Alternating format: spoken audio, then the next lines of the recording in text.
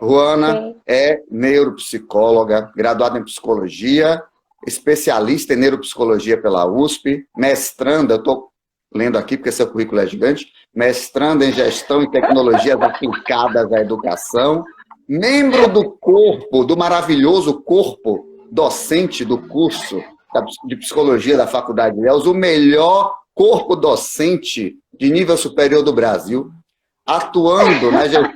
Atuou até agora há pouco, parece que se adivinhava, né, Ruana? Atuou na É. gestão da clínica escola, até março, quando pediu para sair. Olha que coisa. Cadê? Trabalha com disciplina, supervisão de estágio, avaliação e reabilitação neuropsicológica infanto-juvenil, lá ele continua mantendo a mesma versão, modelagem cognitiva, educação, gamificação. Então, essa é Ruana. E Liza com seu infinito.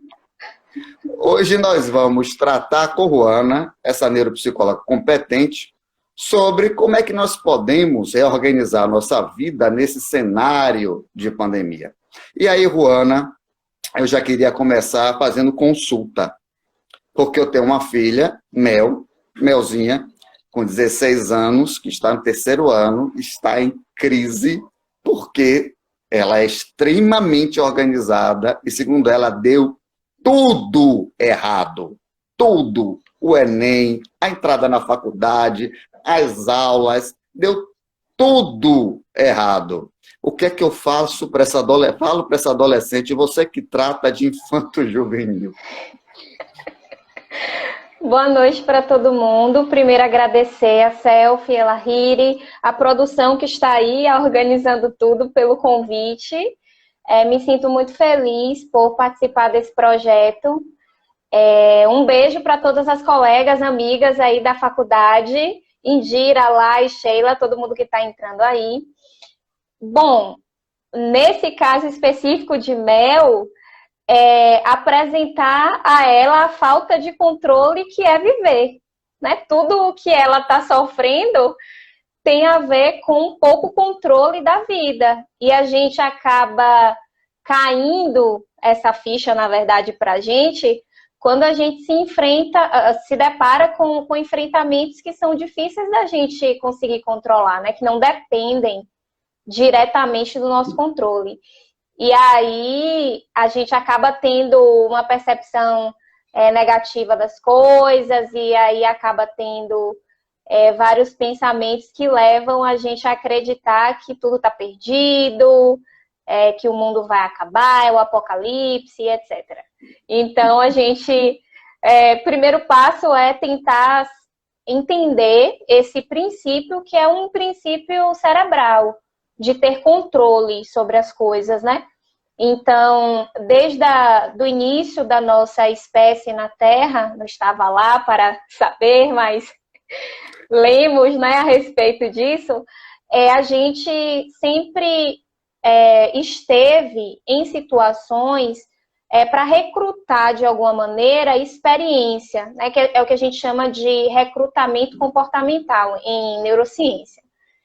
E a pandemia, para a gente, é algo totalmente novo. Então, pelo fato de não termos experiência, não termos as estratégias necessárias para o enfrentamento desse evento, aí a gente acaba tentando resolver as coisas por tentativa e erro, acaba se atropelando. Então, isso é muito natural de acontecer. Algumas pessoas lidam melhor do que outras com essa situação, mas diga para a Mel que nem tudo está perdido, né? Algumas coisas provavelmente estarão, sim, porque a gente precisa trabalhar com a realidade. A realidade que se apresenta é de um momento muito conflituoso, difícil de lidar e que tem impactos na educação, na saúde mental.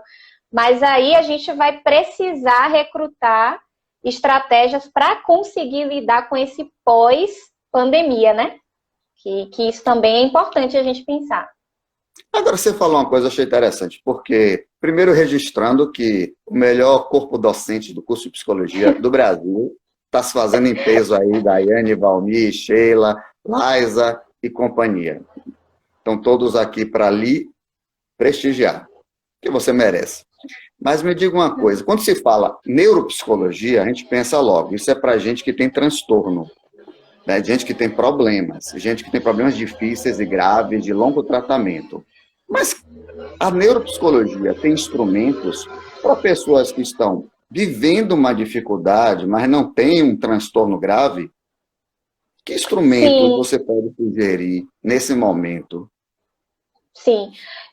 A neuropsicologia, Lahiri, pode primeiro tentar compreender os efeitos neuropsicológicos que a pandemia, que esse isolamento social e, para alguns, quarentena, acaba causando nos nossos processos básicos, né, processos cognitivos. Primeiro é importante entender o que é neuropsicologia, porque talvez as pessoas que estejam nos vendo, né, não sejam da área. Neuropsicologia é uma área de estudo multidisciplinar, mas que bebe muito na fonte da psicologia e das neurociências. Então, o que é que a gente faz? A gente tenta entender os fenômenos a partir do olhar das neurociências e explicando o comportamento humano a partir desse olhar, que aí a gente pode explicar através dos processos básicos. Então, a gente utiliza técnicas dentro da neuropsicologia e que talvez outras pessoas que trabalhem na área da psicologia também conheçam, como o autogerenciamento, por exemplo, para que a gente tenha primeiro uma organização interna para só depois externalizar isso. Mas pensando nessa organização, como é que a gente pode fazer? Existem alguns pressupostos na neuropsicologia, lembrando que o nosso corpo é algo muito complexo, então não acontece dentro de caixinhas, como eu vou explicar para vocês, mas isso é só uma forma didática para a gente tentar entender, né, pontualmente essa dinâmica. Quando a gente pensa nesse enfrentamento de estresse, pandemia, e não tem vacina, a gente tem um líder no Brasil que acaba negligenciando todos os cuidados, etc, etc, etc. Primeira coisa que a gente deve pensar é na percepção das pessoas. E aí, Lahiri, a percepção das pessoas acerca dos fenômenos são diferentes, porque a percepção é uma função cognitiva que tem muita ligação com o nosso psiquismo, com a nossa subjetividade. Então, o que é percepção? É a forma que todos nós temos de organizar os estímulos, organizar o nosso olhar para o mundo e interpretar esse mundo, quer seja o mundo interno ou o mundo externo, né? E aí pense, você interpreta de uma maneira, Mel interpreta de outra, Luana interpreta de outra e uma pessoa que mora nos Estados Unidos interpreta de outra, enfim. Então, quando a gente pensa nessa percepção, uma das primeiras coisas que a neuropsicologia vai atuar é tentar fazer essa percepção trabalhar com a realidade. Então, a gente descola um pouco essa percepção daquilo que é muito imagético, né? Por exemplo, a gente sente um calafrio, a gente sente o corpo ficar um pouco quente. Ai, meu Deus do céu, será que eu tô com Covid? Então, a primeira coisa que faz a gente pensar, ao menor sinal, a gente acaba tendo, né, essa percepção. E aí, o que a gente vai fazer? Para que a nossa percepção funcione colada com a realidade, com as possibilidades do presente, né, do que a gente tem aí disponível, a gente precisa ter uma atenção funcionante, que é uma outra função cognitiva muito importante. O que a atenção faz? A atenção é a nossa habilidade de selecionar estímulos utilizando um crivo que se chama prazer. Algumas pessoas na literatura traduzem como motivação, enfim. A gente presta atenção naquilo que a gente quer. E quanto mais prazerosa é aquela tarefa para nós, nós prestaremos atenção a ela. Como lhe ouvi agora. Isso. Como vocês aqui estão me ouvindo. Então, vocês estão focados. Provavelmente na casa de vocês tem outras coisas para resolver. Vocês têm boletos para pagar, contas a vencer. Então, são pensamentos que vêm, mas nesse momento o mais importante é entender como é que a gente pode se reorganizar. E aí, a nossa atenção, funcionando bem, é um terreno muito fértil para a nossa percepção estar mais colada com a realidade. E elas duas juntas atuam de uma maneira muito importante para a gente se reorganizar, primeiro internamente, para depois organizar o nosso externo. Agora, existem momentos também que a gente pode reorganizar o externo para organizar o interno. Vou dar um exemplo. Quando a nossa casa está uma bagunça, a gente está com a casa revirada, está tudo bagunçado, a gente acaba não cumprindo aquela rotina que a gente pensou de limpeza ideal, etc, etc, etc. O primeiro passo para a gente se reorganizar internamente, porque a gente fica estressada com isso, e estressado, né? A gente vai arrumando as coisas, o quarto, aos pouquinhos, né? A gente vai arrumando. Arrumando o externo, a gente... Só um minutinho. Gente, tá tendo interrupção, sou eu? Melhorou, voltou normal. Flutua a internet. Bom, estava explicando que a gente também pode reorganizar o nosso interno através do externo, né?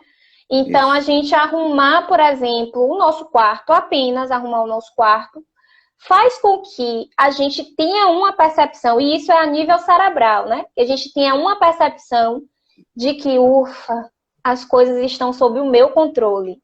Porque o nosso cérebro vai trabalhar melhor, e a gente, né? Porque também somos o nosso cérebro, a gente vai trabalhar melhor a partir do momento em que a gente tem a previsibilidade. É por isso que a pandemia nos desorganiza tanto. A gente não sabe quando a gente vai voltar para a faculdade, a gente não sabe quando é que a gente vai poder sair, a gente não sabe quando a gente vai poder visitar a nossa família, as viagens que a gente gostaria de fazer. Então, esse comportamento futurista acaba gerando estresse e ansiedade. E aí a neuropsicologia primeiro vai tentar auxiliar as pessoas a reorganizar percepção, atenção, e para reorganizar tudo isso e não ficar apenas na teoria, porque não adianta, né? Eu estar reorganizada internamente e não fazer nada a respeito, porque isso não seria funcional. A gente vai tentar organizar os nossos padrões mentais através de uma função cognitiva que é super importante para o gerenciamento dos nossos pensamentos e das nossas emoções, que se chama funções executivas. Elas nos auxiliam a tomada de decisão mais assertiva. O que é isso, Juano, a tomada de decisão mais assertiva? É uma tomada de decisão melhor de acordo com aquele ambiente, as possibilidades que a gente tem ali.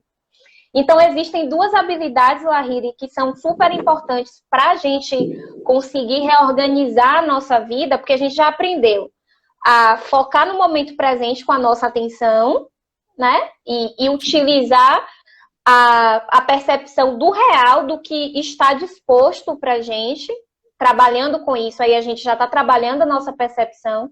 E agora a gente vai agir. Quando a gente pensa em agir, a gente precisa de uma ação organizada e uma ação planejada.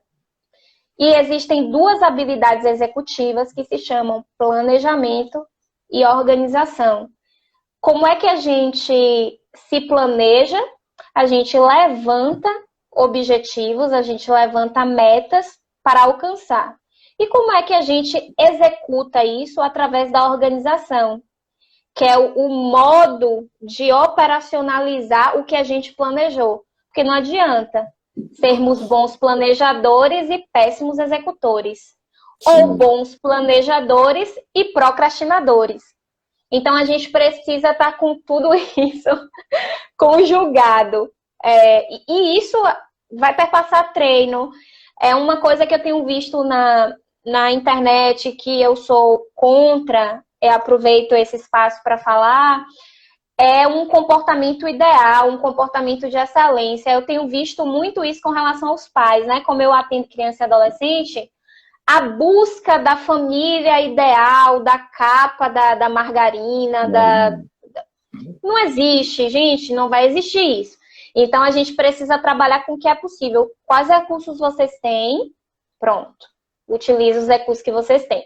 Quais são as possibilidades de alcançar isso? Utiliza as possibilidades, né? Não adianta, se você não gostava de ler, você criar uma meta de ler 50 livros não existe isso acontecer, né? Então, a gente precisa pensar um pouco no que é possível de ser executado. E aí, partindo desse entendimento de que a gente pode utilizar a nossa percepção, a nossa atenção, a nossa capacidade de se planejar e de se organizar para repensar a nossa vida, coloca nas nossas mãos a escolha. Tem gente que não vai querer repensar.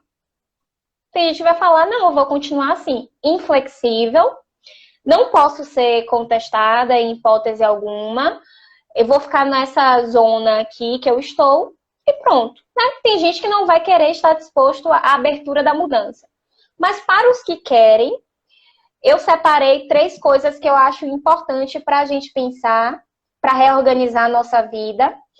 E a gente reorganizar a nossa vida através desses 3 passos vai sempre levar a gente a pensar na nossa atenção, na nossa percepção e na nossa capacidade de se planejar e de se organizar.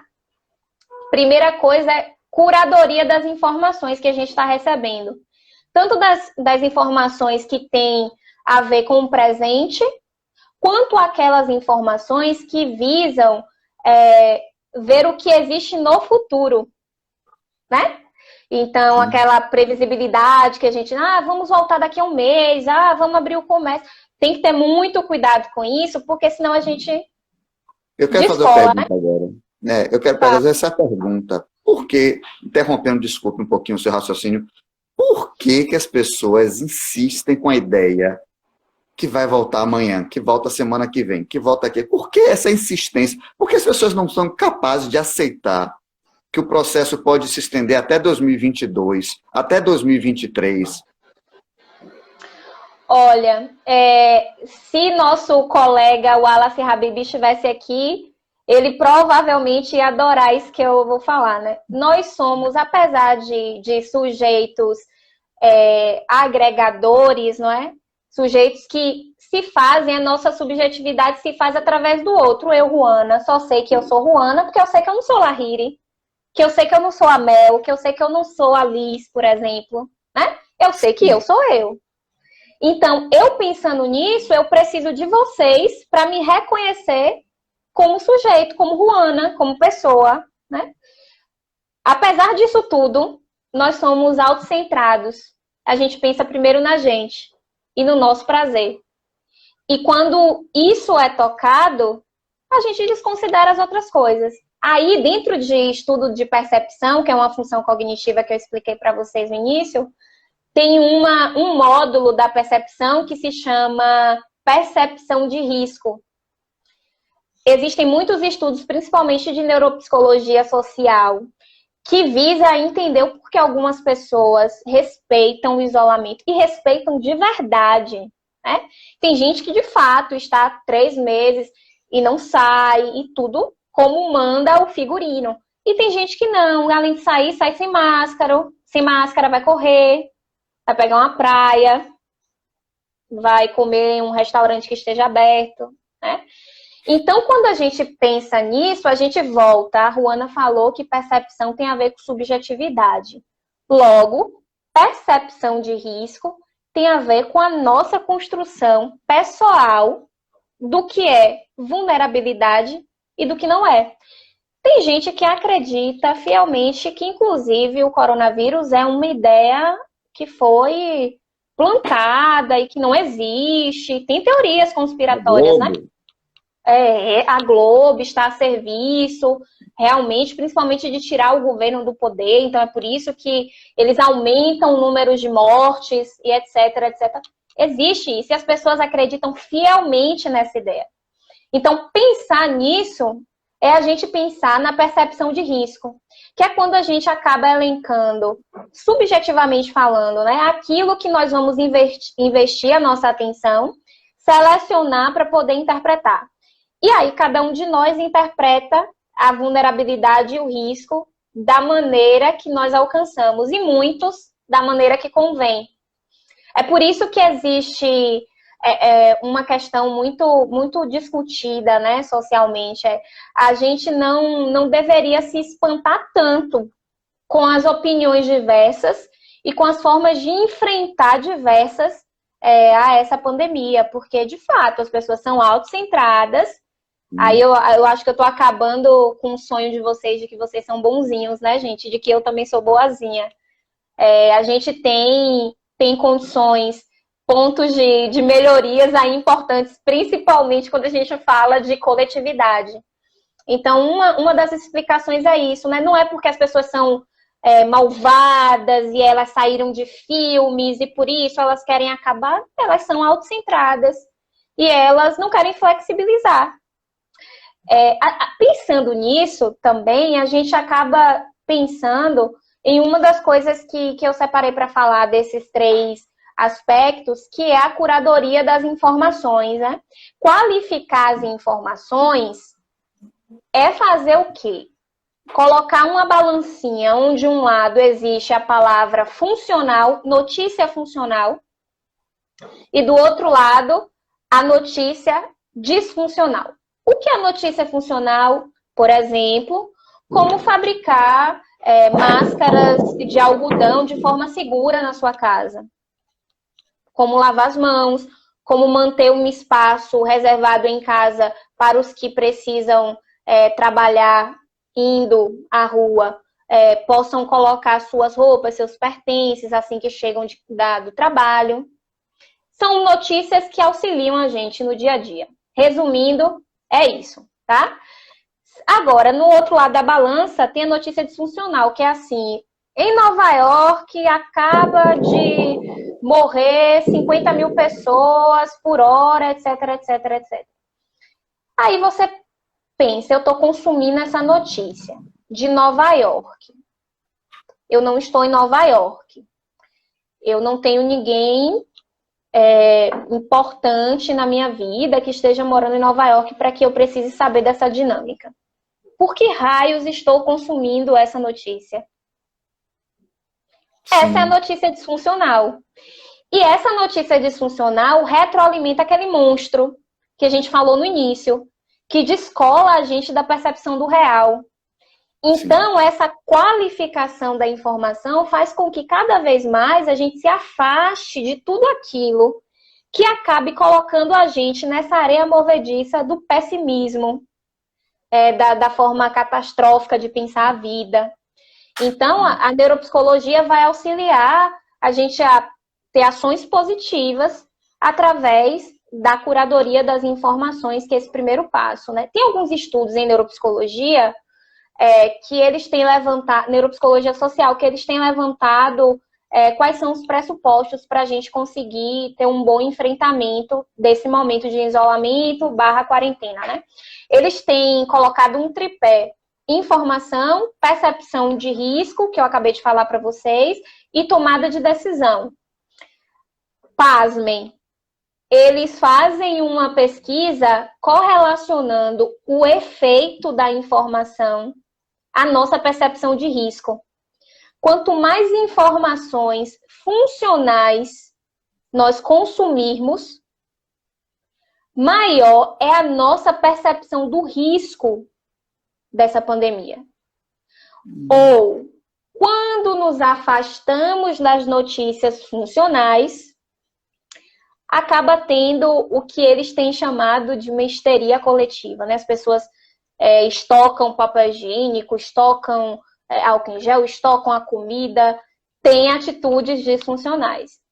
Ora, se a informação me auxilia a ter a percepção de risco real que se apresenta, o que eu posso fazer?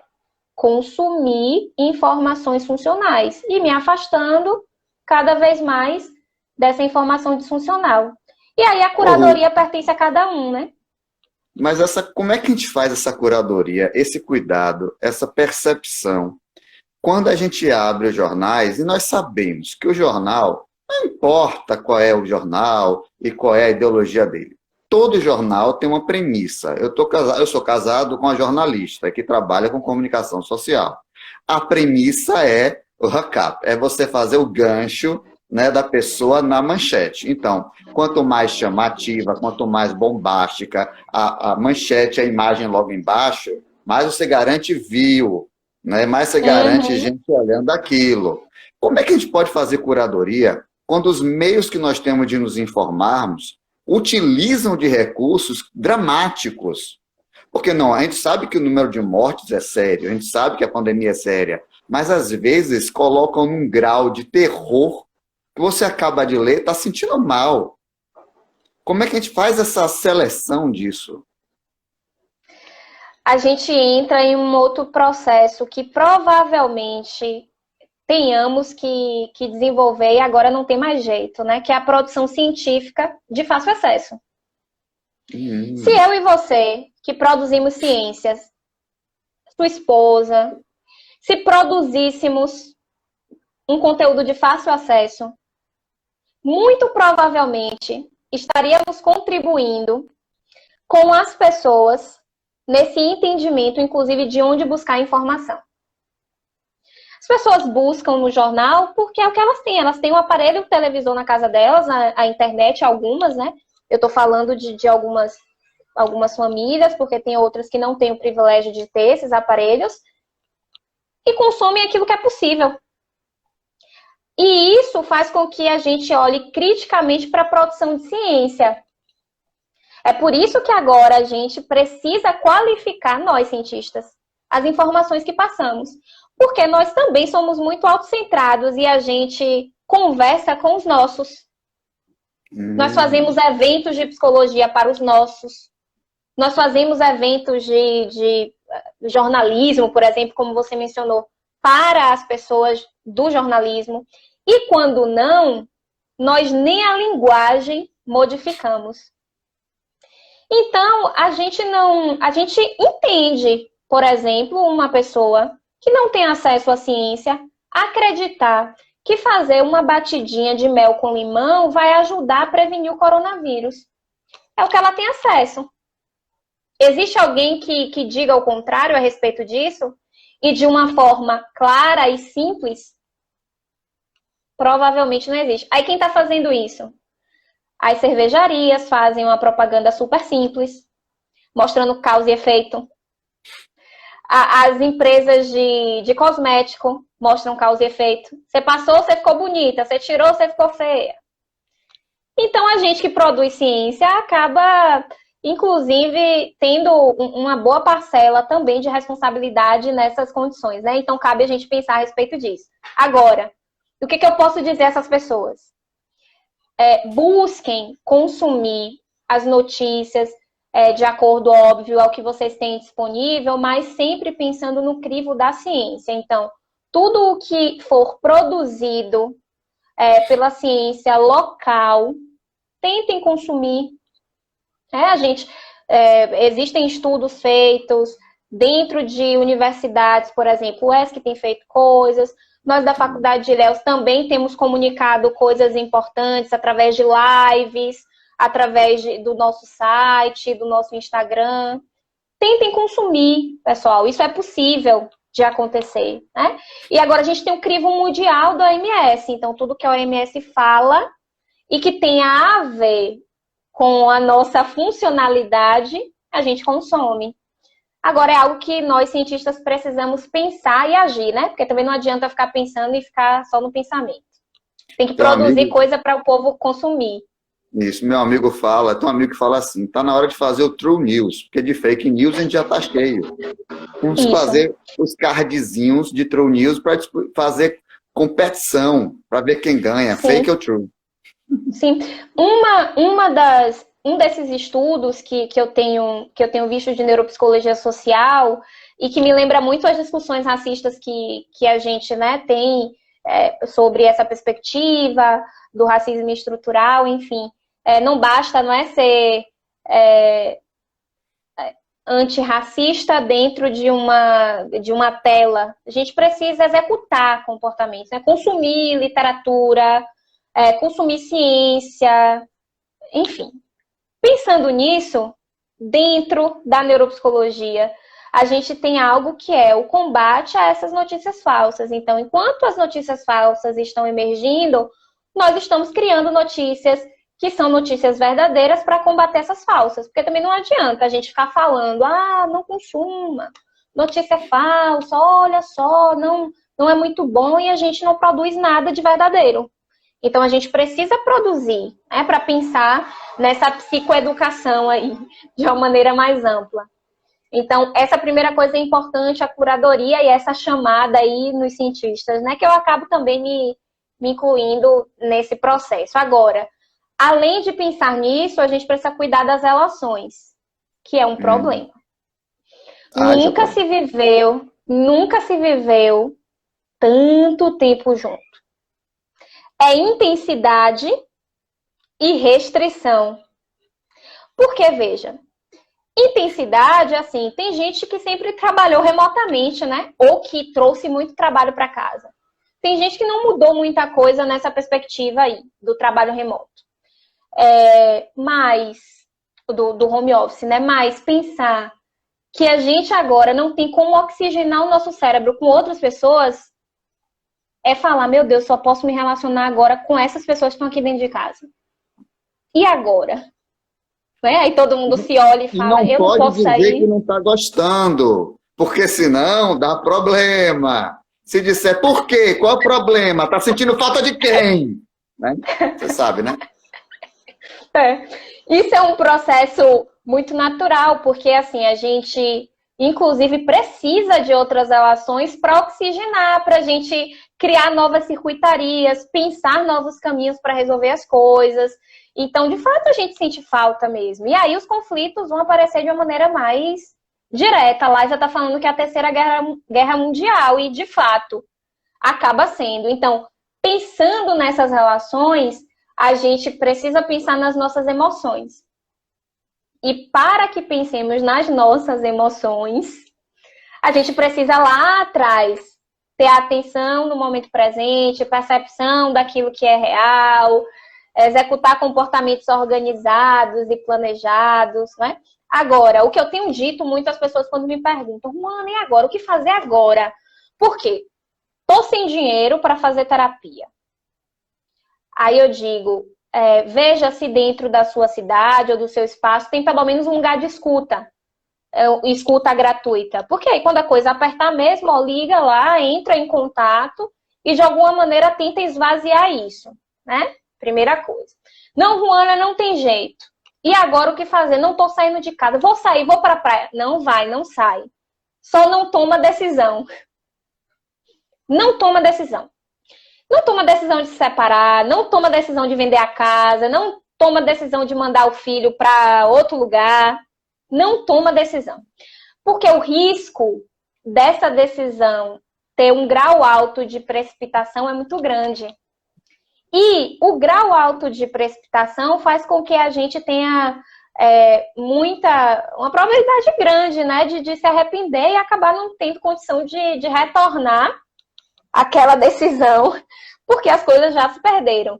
Então, é aquele famoso contar até 10, agora você vai ter que contar até 100, meu filho e minha filha que estão por aí, né? Vamos contar até 100, porque é o que é possível, né? E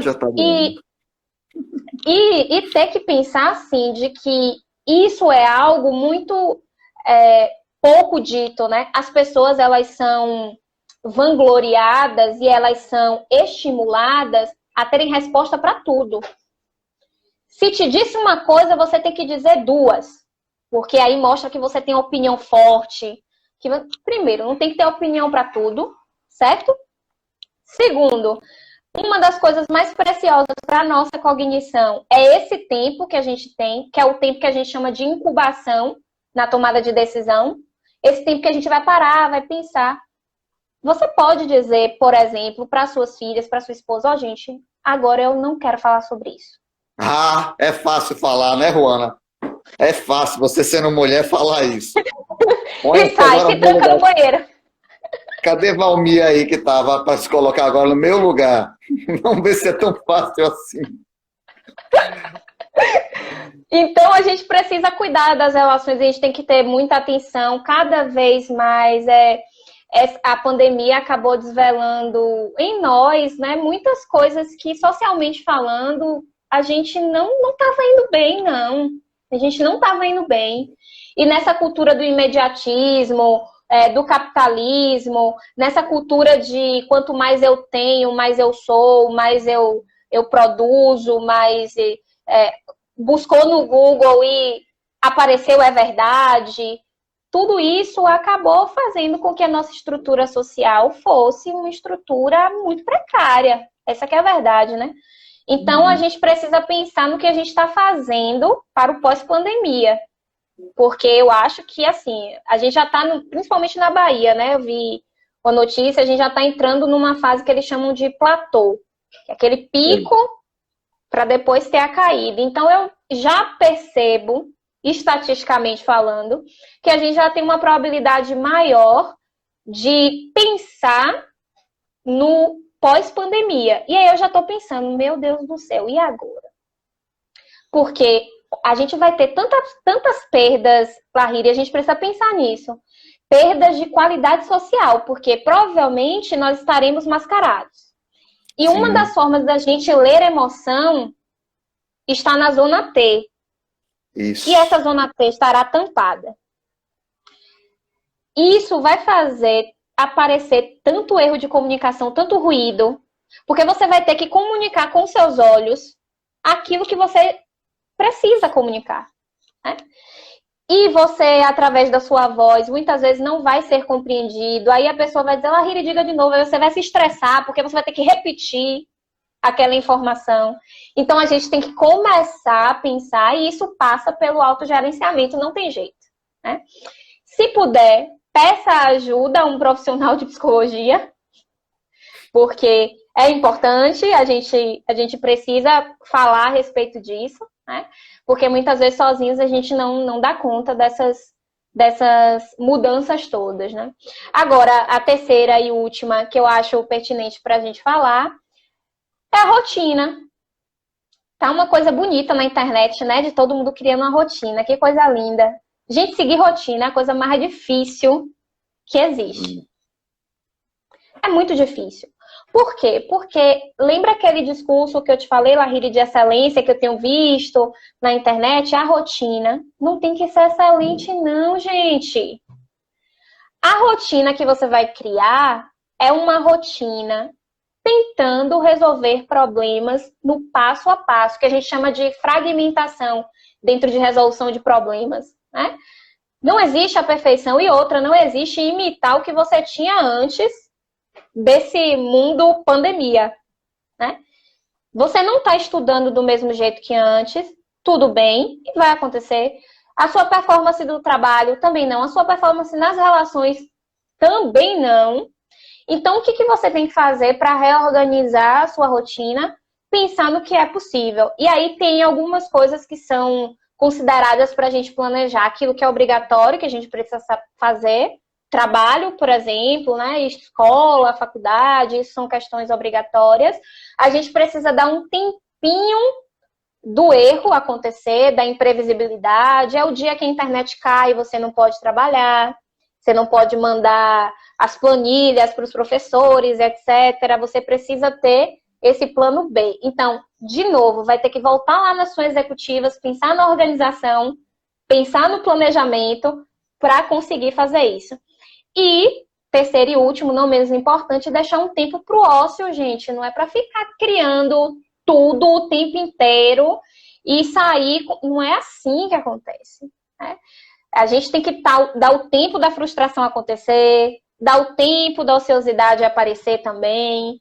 Precisa acontecer isso, porque senão a gente acaba entrando num looping e a gente acaba aumentando o nível de estresse e, exatamente, acaba tendo essa desregulação aí de emoção e de comportamento, pirando o cabeção e não tem jeito, né? Fiquei sabendo que havia dancinha e corri pra ver.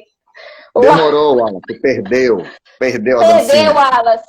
E falamos de você, viu? Tá vendo aí? A gente falou, é por isso que falam mal de você. É por isso. É por isso que... Ô, Ana, duas perguntas, rapidinho. Tem duas perguntas que passaram aí, antes de você concluir. Uma foi de Pedro Carvalho, que falou sobre a questão sobre a violência doméstica. Na minha opinião, independente de qualquer explicação que você tenha, violência é violência, é crime, é crime e tem que ser punida severamente. Inadmissível, inadmissível qualquer tipo de violência. Nem verbal, quem dirá física.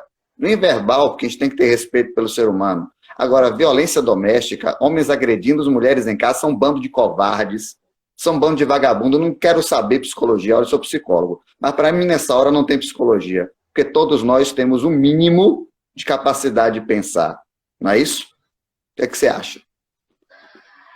Sim, isso a gente vai. Wallace, precisamos de uma live aí, a três, ou você com a Riri, porque a gente precisa pensar numa estrutura. Existe uma estrutura, né? E aí a gente pensar nas 3 fases do feminismo, né? Que eu acho que são importantes para a gente pensar o que é o feminismo. É a gente oferecer liberdade à mulher escolher. Inclusive, a mulher escolher ficar em casa com a pessoa amada ou não. E o que acontece dentro, uma leitura da neuropsicologia social, das neurociências, na verdade, social, né? É que a gente constrói uma sociedade dentro de alicerces machistas, né? E onde a relação de domínio e de poder justificam o aparecimento dessa não comunicação assertiva, né? E aí acontecem as agressões. E, paralelo a isso, a gente também tem uma sociedade que acaba ficando inerte a isso, né? E acaba dizendo que não pode meter a colher, se ouvir. Tem que meter a colher, tem que ligar, tem que denunciar. Precisa pensar nisso, né? Pensar e agir. Você soube do caso em São Paulo, que os vizinhos ficaram... São Paulo não, Curitiba, perto de Curitiba, que começaram a ouvir gritaria numa casa, os vizinhos ficaram ligando para a polícia, acusando que estava tendo uma violência doméstica, durante 4 horas ligando. Ninguém foi lá. Todos se preocuparam em ligar para a polícia. Correto. Mas você vê 1 hora, 2 horas, 3 horas de alguém apanhando em casa e não faz nada. A vizinhança inteira. Quando a polícia chegou, o cara tinha ido embora, a mulher estava morta. E aí vocês veem a diferença entre uma pessoa bem preparada, psicológica, profissionalmente como Ruana, para falar sobre o assunto, e eu, porque, para mim, eu perco a paciência com essa história. Eu perco a paciência. Covardia, é a normalização. É a normalização do que é... Você vê, né? A pessoa ficar esperando. A pessoa ficar esperando a polícia chegar. É uma discussão muito complexa, né? Eu acho que para a gente pensar nessa discussão, acho que foi o Pedro, né, que mandou, a gente vai ter que tocar em muitas coisas, né? Precisa de uma live inteirinha só para isso, mas a gente precisa discutir e agir com relação a isso, né? E as pesquisas têm direcionado o aumento... o Wallace falando, ainda há um processo de legitimação da violência de gênero, visto que as bases históricas de nossa sociedade estão nessa perspectiva, né, o que a gente conversou no início. A legitimação também da polícia invadir um bairro periférico e matar um negro, porque é legitimado. E aí a gente precisa de um caso internacional, porque nós somos consumidores, para a gente poder pensar e levantar hashtag. Então, a gente precisa pensar da organização que a gente está fazendo, ou então a gente vai ter que devolver para os índios ou para Deus, para quem vocês acharem que fundou tudo isso, né? Porque a gente precisa repensar e agir nessa condição. Outra pergunta que teve foi da produção aqui. Como é que foi mesmo? A normalização na pandemia?